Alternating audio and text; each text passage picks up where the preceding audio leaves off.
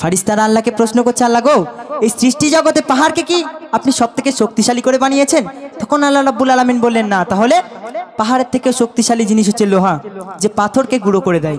এরকম করে করে অনেক জিনিস রব্বুল আলামিন বললেন, এবং সবথেকে শেষ কোন জিনিসটি বললেন সেই কথা শুনতে গেলে পুরো কথাটি শুনতে হবে। শুনুন, তুমি মাবুদ এত নিখুঁত, তুমি মাবুদ এত নিখুঁত করলে পৃথিবী, তুমি মাবুদ এত নিখুঁত, তুমি মাবুদ এত নিখুঁত করলে পৃথিবী, এই পৃথিবীর সর্বসৃষ্টির শ্রেষ্ঠ বলো কে, এই পৃথিবীর সর্বসৃষ্টির শ্রেষ্ঠ বলো কে, তুমি মাবুদ এত নিখুঁত করলে পৃথিবী, এই পৃথিবীর সর্বসৃষ্টির শ্রেষ্ঠ বলো কে, পাহাড় পর্বত বাতাস পানি আর বানালে আকাশ জমে, পাহাড় পর্বত বাতাস পানি আর বানালে আকাশ জমি, শস্য শ্যামল ফুল আর ফল আরো কত কি,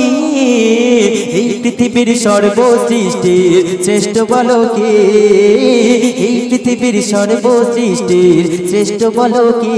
তো ফারিস্তারা আল্লাহকে বলছে, আল্লাহ গো, এই দুনিয়াতে সবথেকে শক্তিশালী জিনিস কি? তো ফারিস্তারা আল্লাহকে কি জিজ্ঞাসা করছে এবং আল্লাহ ফারিস্তাদেরকে কেমন উত্তর দিচ্ছে শুনুন।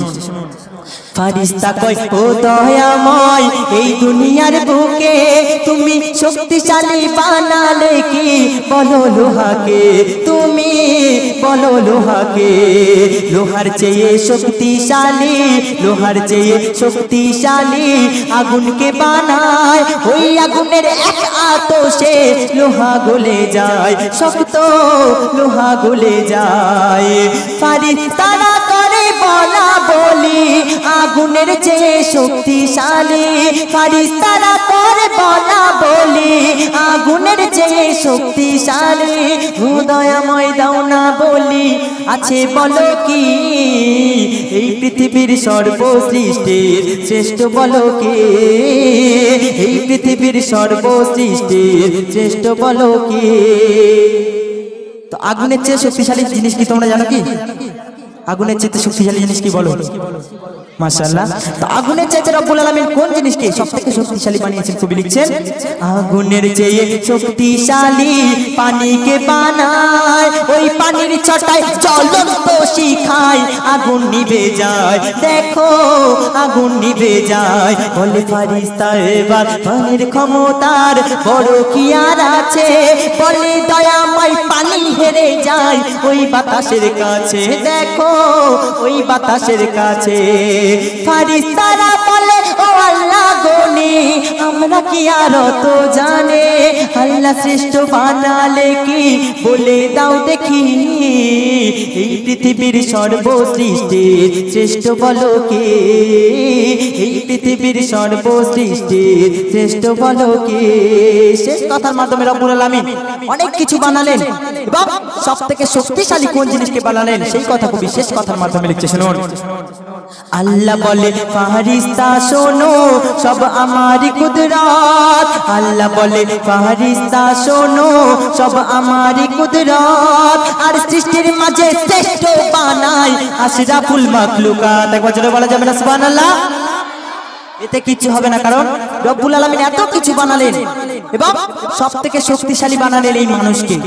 এই মানুষ চাইলে অনেক কিছু করতে পারে, এই মানুষ চাইলে চাঁদে যেতে পারে, এই মানুষ চাইলে একাই রূপনগরে দাঁড়িয়ে লন্ডনে মানুষের সঙ্গে যোগাযোগ করতে পারে, এই মানুষ চাইলে মাটির নিচে ডুবো জাহাজ, আকাশের উপরে উড়ো জাহাজ, পানির উপরে জাহাজ, অনেক কিছু করতে পারে। তো একবার জোরে বলা যাবে না সুবহানাল্লাহ?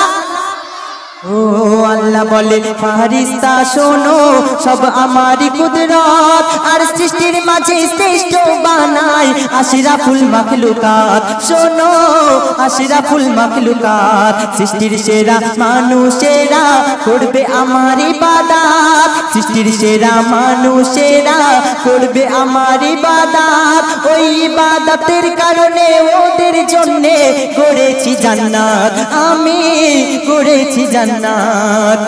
এমডি সামাদ সামাতুল তুমি জমালে কি গুনাহ বেশি নাকি রে কি এমডি সামাতুল তুমি জমালে কি গুনাহ বেশি নাকি রে কি ওই শ্রেষ্ঠ হয়ে খোদার দ্বারে নিয়ে যাবে কি এই পৃথিবীর সর্বসৃষ্টির শ্রেষ্ঠ বলো কে এই পৃথিবীর সর্বসৃষ্টির শ্রেষ্ঠ বলো কে তুমি মাবুদ এত নিখুঁত গড়লে পৃথিবী এই পৃথিবীর সর্বসৃষ্টির শ্রেষ্ঠ বলো কে এই পৃথিবীর সর্বসৃষ্টির শ্রেষ্ঠ বলো কে আজ এই অনুষ্ঠান সবাই যে সমান আর এসেছে যত মেহমান